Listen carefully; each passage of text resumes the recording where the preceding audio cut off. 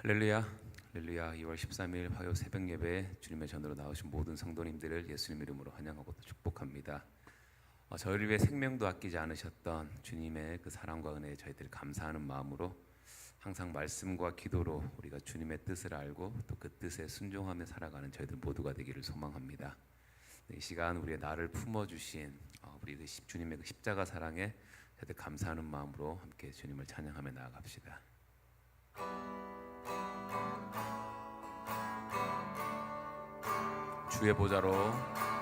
주의 보좌로 나갈 때에 어떻게 나가야 할까? 나를 구원한 주의 십자가 그것을 믿으며 가네.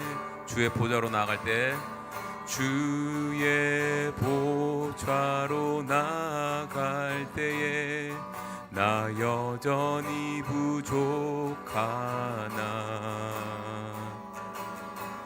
나를 품으신 주의 그 사랑 그것을 믿으며 가네. 자격 없는 내 힘이 아닌 오직 예수님의 보혈로. 자격 없는 내 힘이 아닌 오직 예수님의 보혈로.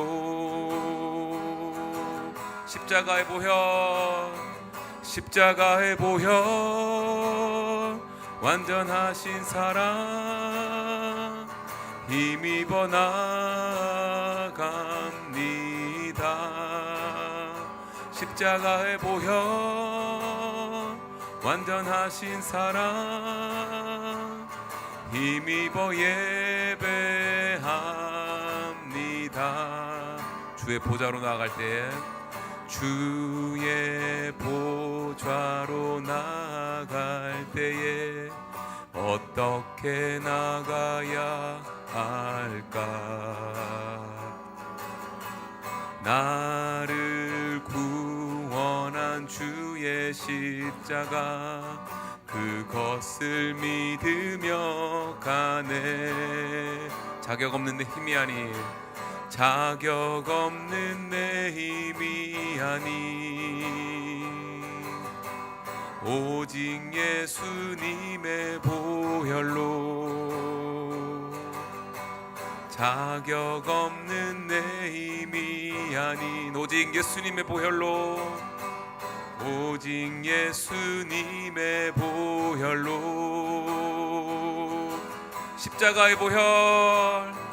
십자가의 보혈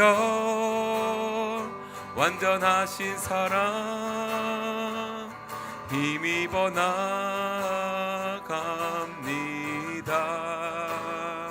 십자가의 보혈 완전하신 사랑 힘입어 예배하니. 십자가의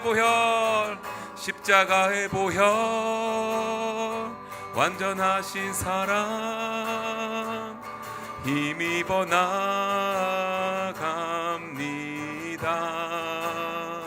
십자가의 보혈 완전하신 사랑 힘입어 예배합니다.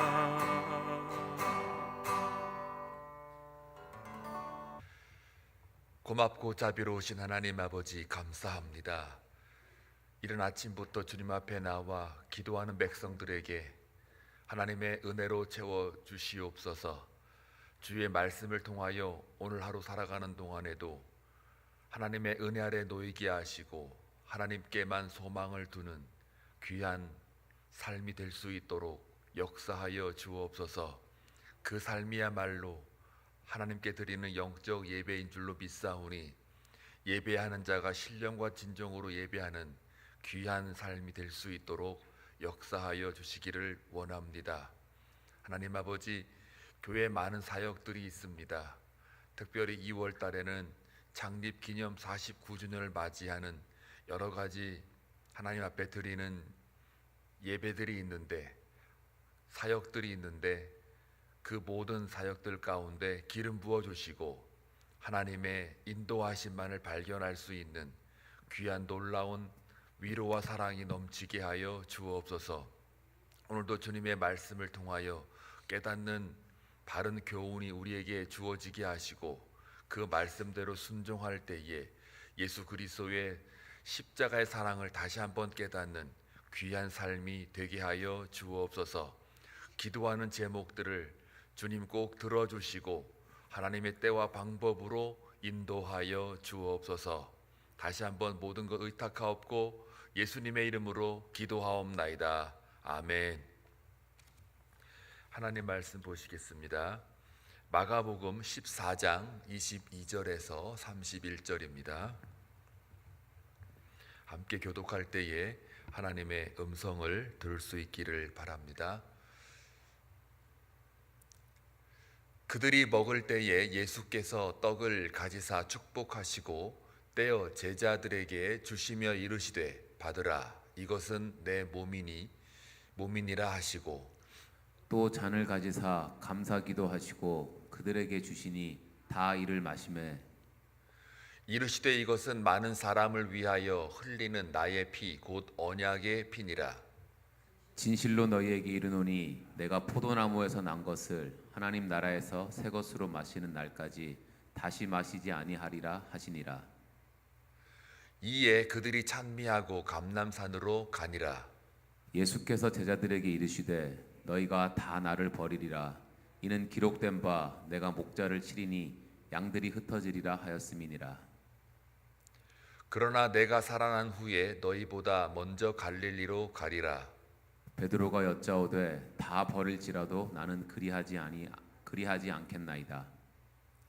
예수께서 이르시되, 내가 진실로 네게 이르노니 오늘 이 밤 닭이 2번 울기 전에 내가 3번 나를 부인하리라. 다 같이 베드로가 힘있게 말하되 내가 주와 함께 죽을지언정 주를 부인하지 않겠나이다 하고 모든 제자도 이와 같이 말하니라. 아멘. 최근에 우리가 생명의 삶 묵상하였다시피 예수 그리스도의 십자가 사건을 지향하고 있다는 것을 알게 됩니다. 예루살렘 성전에 들어오시는 것과 예루살렘 성전에 대하여 내가 무너뜨리고 3일 만에 다시 세우겠다라고 하는 예루살렘 성전 파괴에 대해서, 청결에 대해서 말씀하시는 것도 예수 그리스도의 십자가를 상징하고 있다는 것을 우리가 알게 되지요. 예루살렘 성전이 파괴될 즈음에는 어떠한 징조와 징후들이 일어난다는 것도 우리가 말씀을 통해서 깨닫게 됩니다. 모두가 다 예수 그리스도의 죽으심을 향하고 있습니다. 한번 생각을 해보십시오. 우리가 태어나는 것은 보통 우리가 찬양의 가사에 나와 있던 바와 같이 사랑받기 위해 태어난다, 이렇게 우리가 찬송을 하지 않습니까? 당신은 사랑받기 위해 태어난 사람, 당신을 뭐 어쩌고 이제 축복하잖아요. 그런데 예수님은 이 태어난 이 땅에 오신 목적이 죽으러 오셨다라고 하는 거에 우리가 착안을 해야 됩니다. 놓치면 안 돼요. 저와 여러분의 생명을 위해서 이 땅에 오셨다라고 하는 이 사실이 사실 논리적으로 또 이성적으로 수용되는 부분이 아닙니다. 성령의 감동이 아니고서는, 성령이 우리에게 말씀하지 않고서는 절대로 그 고백을 할 수가 없습니다. 그건 하늘의 사건이기 때문에 이 땅에 있는 인간들이 그걸 알아들을 수가 있는 게 아니에요. 그래서 다 귀 있는 자가 다 듣는 건 아니고, 정말 하나님께서 택함 받은 그 은혜를 입은 자들에게 그 예수 그리스도의 사건이 우리에게 다가오고 또 수용이 되는 거죠. 그거를 알게 하기 위해서 예수님이 누차 제자들에게 굉장히 많은 말씀을 하시는데요. 여전히 깨닫지 못하는 제자들의 모습을 볼 때 하다못해 성전에 들어갔다가 나오면서 이 돌들을 보십시오. 이 건물을 보십시오. 정말 멋진 건물, 멋진 돌, 이렇게 클 수 있습니까? 라고 말을 할 때에 예수님의 그 심정은 어떻겠나 이렇게 좀 감정이입해서 이렇게 들어가 보면은 참 제자들 바라볼 때 답답하겠다라는 생각이 들어요. 어쩌면 그게 우리의 모습일 수도 있다라는 그 사실 앞에 우리가 날마다 기도함으로 하나님 앞에 나아가야 되는 줄로 믿습니다. 오늘도 마찬가지입니다. 성만찬과 그 다음에 제자들이 나를 버릴 것과 떠나갈 것과 그리고 베드로의 3번 부인하는 것이 예견되고 있지요. 이 모든 게 다 예수 그리스도의 십자가를 향하여 상징되어지고 있다는 것을 우리가 직시해야 됩니다. 성만찬 그러니까 그냥 주님이 제정하신 어떤 예배 예식 이렇게만 알고 계시면 안 되고, 성만찬이라는 거는 내 떡과, 그러니까 내 떡을 내 몸으로 또 잔을 내 피로 이렇게 상징화 시킨 거잖아요. 단순히 뭐 멋지게 그 예식 만들려고 그러는 건 아니고, 마지막 날 잡히시기 전에 제자들과 뭐 송별회 하려고 뭐 그런 이 모임을 가진 게 아니라, 성만찬조차도 하나님의 구약에서 이미 예견된 말씀의 성취, 예언의 성취를 상징하고 있다는 것을 우리가 알아야 돼요. 떡이라고 하는 것, 이 떡 얘기가 오늘만 처음 나온 게 아니고 고전에도 나오고 있거든요. 그 떡 얘기할 때 그 떡은 보통 우리가 주님을 이해할 때 생명의 떡이라고 그러잖아요. 근데 그 떡을 내 몸이라고 말한 건 이게 처음입니다. 그리고 이걸 먹는다는 얘기는 찢겨지는 거기 때문에 몸이 찢겨지는 것, 그 다음에 피를 여기서 오늘 말씀 뭐라고 그래요? 흘리는 피라고 그러잖아요. 내가 흘리는 피. 그러니까 떡이나 잔이나 이게 다 지금 예수 그리스도의 몸을 상징하는데, 이것이 이제 흘리는 거니까 이걸 갖다가 언약의 피라고 그러는데요. 이 언약의 피다라는 이 말이 노아 때도 나오고요, 아브라함에도 나오고 모세에게도 나와요.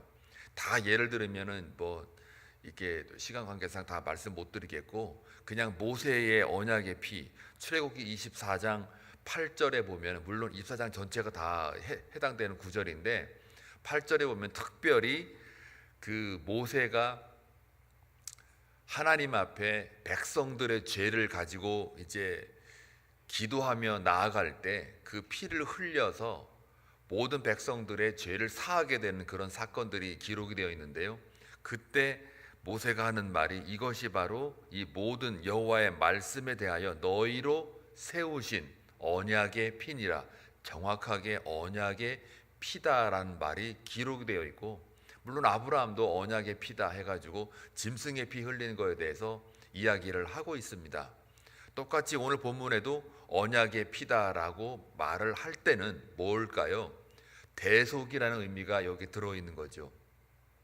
언약의 피라는 말을 할 때는 아브라함 때도 그랬고 노아 때도 그랬고, 모세의 그 소를 잡아가지고 그 피를 흘려서 이게 언약의 피입니다라고 말할 때도 다 백성들의 죄사함에 대한 관련이 있는 거예요. 그런데 이제 예수가 흘리는 이 피는 그전과는 다르죠. 온 인류의 죄를 위해서 흘리는 피라고 지금 예수님이 제자들 앞에 이야기를 하고 있는 겁니다. 그러니까 이 성만찬이라고 하는 이 자체도 단순히 어떤 예식을 만들거나 제자들에게 나를 기념하라 그 정도 차원이 아니라, 예수 그리스도가 십자가에 달려 죽으시는 이 땅에 온 목적을 이제 성취하는 이것을 상징하고, 더 나아가 마가복음 10장 45절의 말씀 바와 같이 내가 이 땅에 온 것은 섬기려 하는 게 아니라 받으러 온 게 아니라 섬기려 하고 도리어 많은 사람들을 위해서 대속물로 주려 함이라 라는 이 말씀이 지금 오늘 성만찬을 통해서 다시 한번 확인시켜주고 있는 거예요. 그러니까 성만찬 자체가 떡과 잔을 먹고 마시고 나눔으로만 끝나는 게 아니라 이것 자체가 뭘 상징하냐면 예수 그리스도의 죽으심, 이것을 상징하고 동시에 우리에게는 죄사함을 상징하고 있다라는 겁니다. 그 언약의 피가 단순히 예수님이 오늘 이 시점에서 처음 만든 게 아니고 구약에서 이미 언약의 피라고 하는 것이 그대로 예수를 통해서 완성이 되는, 그래서 결국은 6월절의 어린 양의 피의 그 제사가 이제 예수의 죽으심 십자가로 말미암아 완전히 6월절의 제사는 폐지가 되는, 그 얘기가 25절에도 포도나무 이야기가 나오는 것은 바로 이거를 의미하고 있는 겁니다. 저와 여러분의 가장 우리가 눈여겨볼 것은 이 성만찬 때마다 항상 우리는 뭐를 기억해야 돼요? 언약의 피로 말미암아 내가 흘려야 될 그 피를 대신 예수 그리스도가 흘렸다라고 하는 거에, 내 죄가 사했다라는 거에 우리가 늘 초점을 맞추고 은혜로 나아가야 됩니다. 이거를 정확하게 깨닫는 자가 예수를 닮아갈 수 있고요, 예수가 지었던 그 십자가를 내가 질 수가 있는 겁니다. 그래서 이 성만찬이라고 하는 것은 보이는 예수 그리스도를 우리가 믿고 따라가는 거와 마찬가지이기 때문에 우리 성만찬 할 때마다 이 의미를 또 가치를 우리가 마음판에 새겨지기를 바랍니다. 자, 그러고 나서 이제 감람산으로 가시죠. 감람산은 지난번에 뭐라고 그랬습니까? 예루살렘을 마주보고 서 있는 곳이라고 그랬죠. 그래서 예루살렘 성전이 이제 완전히 무너지는 거에 대해서 감람산으로 올라갔어요. 하나님의 나라 시작점이죠. 여기가 이제 감람산 겟세마네 동산인데요. 이 겟세마네라는 뜻이 또 기름을 짜는 틀이라는 의미예요. 기름 짜는 틀. 예수는 뭐예요? 뜻이 기름 부음 받은 자. 그러니까 그리스도. 그렇죠? 그러니까 이 감람산 겟세마네라고 하는 이 지명도 다 예수 그리스도하고 다 뭐예요? 지금 연결되고 있는 거예요. 그러면서 27절에 보니까 너희가 나를 다 버리리라. 그리고 기록된 바라는 게 뭡니까? 결국은 구약 어느 말씀에서 이미 예언된 말씀이라는 거죠. 기록된 바라는 말이 딱 나오면 여러분들은 다 그렇게 이해하시면 돼요. 그럼 이거는 어디서 나왔느냐? 스가랴 13장 7절 말씀이에요. 내가 목자를 치리니 양들이 흩어지리라. 따라서 이것도 예수 그리스도의 십자가, 다 제자들이 도망을 가고 또 목자를 치리니 양들이 흩어지리라. 예수님을 십자가에 못 박을 거다, 죽음을 가져올 거다. 이때 양들이, 제자들이 전부 흩어지리라. 다 이게 지금 예언된 말씀이 지금 예수 그리스도의 그 십자가 사건을 앞두고 지금 실행되고 있는 거예요. 성취되고 있는 거예요. 그러니까 약속에 이미 예언된 말씀에 따라 예수 그리스도가 그냥 진행하고 있는 거잖아요. 무슨 새로 계획해가지고 내가 십자가를 지는 게 내 계획이야, 이게 아니라 이미 구약에서부터 하나님께서 약속하신 그 실현 성취가 바로 지금 제자들의 흩으심을 통해서도 나타나고 있는 거예요. 그런데 자 보세요. 여기서 이 다음에 이제 뭐가 나오냐면 29절 베드로가 끼어들지요. 여짜오되 다 버릴지라도 나는 그리하지 않겠나이다. 그리고 30절에 보니까 예수님이 정반대 의견을 내시죠. 의견이 아니죠. 약속인 겁니다. 이게 네가 나를 3번 부인하리라. 그랬더니 베드로가 또 말하죠. 31절 내가 주와 함께 죽을지언정 주를 부인하지 않겠나이다 하고 모든 제자도 이와 같이 말하니라. 베드로만 말한 게 아니고 이와 같이 다른 제자들도 저희들 부인하지 않겠나이다, 도망가지 않겠나이다, 이렇게 얘기하는 거예요. 예, 여러분 어떻습니까? 가상하지 않습니까? 근데 저는 믿어요. 이 제자들이나 베드로가 다른 사람은 다 몰라도 저는 아닙니다. 저는 주님을 따라가겠습니다, 버리지 않겠습니다 라고 할 때 진심인 거는 제가 믿어요. 예, 진심. 진정성이라 그러죠. 베드로의 또 제자들의 진정성, 진심이라는 건 믿어요. 거짓이 이때는 아니었겠죠. 진심이 믿어요. 그런데 여러분, 진심은 절대로 주관적이지 객관적이지는 않습니다. 모든 사람들이요 다 진정성 다 가지고 있습니다. 여러분 교인들 가운데 진정성 없는 사람 어디 있어요? 그렇죠? 근데 그 진정성이 객관화되거나 사회화되거나 일반화되는 과정 속에서 그것을 비상식적으로 몰고 간다 그러면요, 그 진정성은 고집이 되거나 아집이 돼요.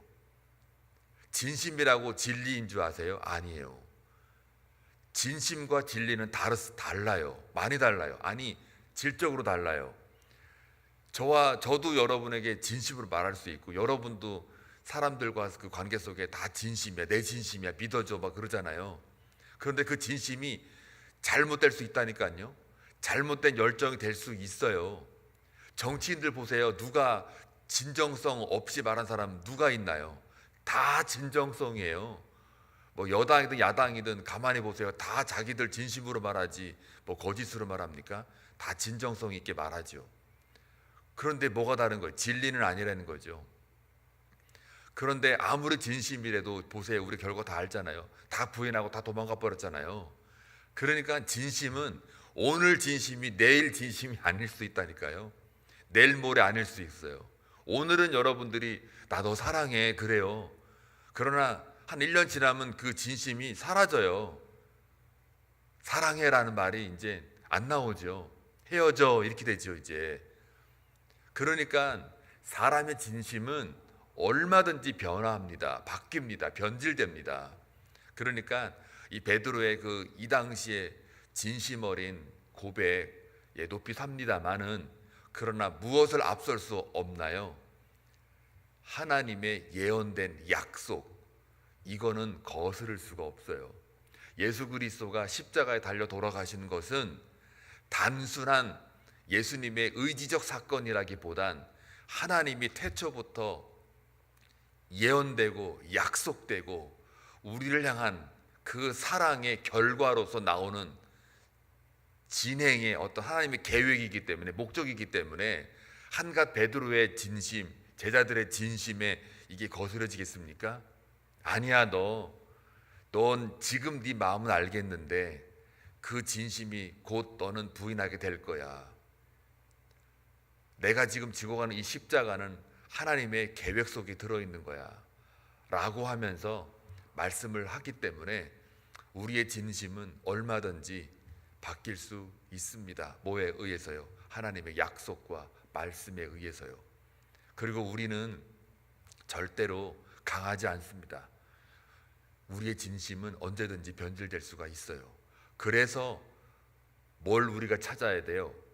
성령의 충만함을 구해야 되는 거예요.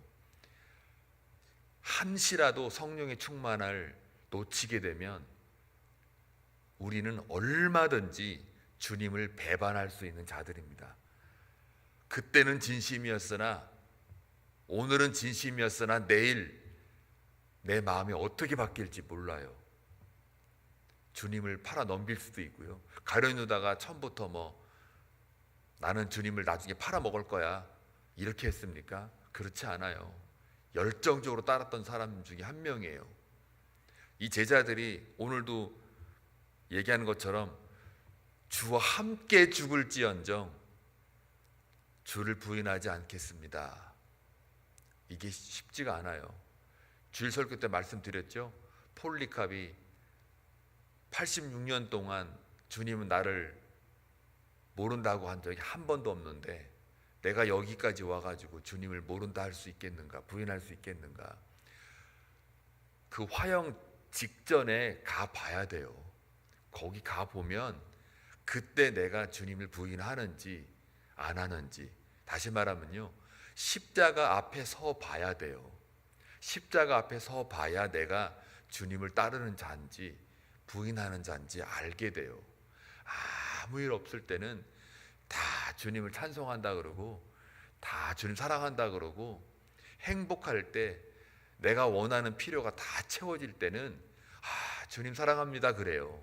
그러나 그것이 사라지게 되면요, 주님을 정말 그때 또 사랑하는지를 봐야 돼요. 그래서 하나님이 뭘 줘요? 뭘 허락해요? 고난을 허락해요. 그 고난을 통해서만이 십자가의 길을 가는 거로만이 우리가 하나님을 사랑하는지를 확인하게 돼요. 이게 하나님이요, 굉장히 섬세합니다. 우리의 연약함도 아시고 우리의 그 장점도 다 아세요. 그래서 하나님은 하나님의 사람, 하나님의 아들, 딸 만들기 위해서 정확하게 섬세하게 정교하게 우리를 끌고 가세요. 그래서 고난이 때로는 필요할 때 하나님이 주어지게 만들고, 또 말씀으로 양육하시고 사람을 붙여주시고 때를 따라 하나님이 인도하시는 그 손길들이 섬세하게 있어요. 이거를 우리가 따라서 간다면 그게 바로 순종입니다. 순종이라는 거는요, 무조건 너 따라와 이게 아니에요. 우리에게 자유의지를 주고 자율성을 줬다라는 이야기는 하나님이 우리를 사랑하시니까 그 영원한 하나님, 그 신이 한갓 인간에게 인격적 만남을 갖겠다는 이야기예요. 순종한다는 이야기는 인격적 만남에서 이루어지는 거지, 인격적 만남이 없는데, 관계가 없는데 순종이 있는 건 아니에요. 이슬람교는요, 그냥 복종이에요. 거기는 인격적 만남, 관계가 신과 인간 사이에 없습니다. 그래서 알라를 이야기할 때 위대한 알라라고 그러지 사랑의 알라라는 말 자체가 없어요. 사랑의 하나님은 있잖아요. 그러니까 타종교하고 이게 가까이는 이슬람교의 알라하고 하나님하고 비교를 딱 해보면요, 99개의 형용사의 신에 대한 이야기가 있는데 우리 하나님만 딱 그쪽에서 없는 게 하나 있는데요, 그게 뭐예요? 사랑의 하나님, 사랑의라고 하는 이 형용사적 표현이 없어요. 다 타종교에는. 사랑의 하나님이란 말 자체는 뭐냐면 신과 인간 사이에 인격적 만남과 관계가 있다는 이야기예요. 그러니까 우리가 순종한다는 이야기는요, 하나님이 준 내 자유의지와 자율성을 가지고 스스로가 하나님의 그 존재를 인식하고 기쁨으로 나아갈 때 그걸 순종이라고 하는 거예요. 예수 그리스도의 십자가의 보혈이 내 죄를 사했다라고 하는 그 주체할 수 없는 이 기쁨, 새 성전이 된 이 기쁨, 새 피조물이 된 이 기쁨, 이것이 넘쳐났을 때 십자가의 진짜 의미를 깨닫게 되고, 그 의미를 깨달은 자만이 하나님 앞에, 주님 앞에 십자가로 순종하는 거예요. 그게 그러니까 그 십자가의 보혈을 우리가 알지 못하면요, 순종도 없는 거예요. 저와 여러분은 진정한 온전한 순종을 하는 그런 그리스도의 군사된 자가 되기를 바랍니다. 성만찬을 통해서 또 예수 그리스도가 제자들이 다 버릴 거라는 그 예언된 이야기, 이 모든 것들은 다 하나님의 예언된 약속 성취로 인하여 십자가 사건이 이루어졌고, 또 우리가 그 십자가 사건을 통해서 죄사함을 받았다는 것을 깨달았다는 이야기조차도 하나님께서 우리를 향하여 말씀하신 그 약속의 성취, 즉 저와 여러분의 삶은 오늘도 내일도 주님 오시는 그날까지 하나님의 약속의 성취에 지금 동참하고 있는 거룩한 영광의 삶인 줄로 믿습니다. 그 믿음 가지고 오늘도 살아내시는 저와 여러분 되시기를 다시 한번 소망합니다. 기도합니다. 좋으신 하나님 아버지, 감사합니다. 성만찬을 통하여 또 예수 그리스도의 제자들에 대한 부인의 예언을 통해서 우리가 다시 한번 깨닫습니다. 우리의 힘으로는 하나님을 사랑할 수가 없습니다. 우리의 힘으로는 십자가의 비밀을 깨달을 수가 없습니다. 하나님께서 말씀하시고 예언된 하나님의 약속이 우리에게 주어짐으로 말미암아 깨닫는 은혜가 있어 우리가 십자가 앞에 나아가는 줄로 압니다. 하나님, 다시 한번 감사합니다. 예수 그리스도를 보내주심을 감사합니다. 예수 그리스도를 통하여 우리의 모든 죄가 사했음을 선언합니다. 하나님, 오늘 하루 살아가는 동안에도 우리가 십자가의 길로 걸어갈 때에 온전한 순종을 이루게 하여 주시고, 하나님이 우리를 얼마나 사랑하시는 것을 다시 한번 깨닫는 그런 은혜가 있게 하여 주옵소서. 예수님의 이름으로 기도하옵나이다. 아멘.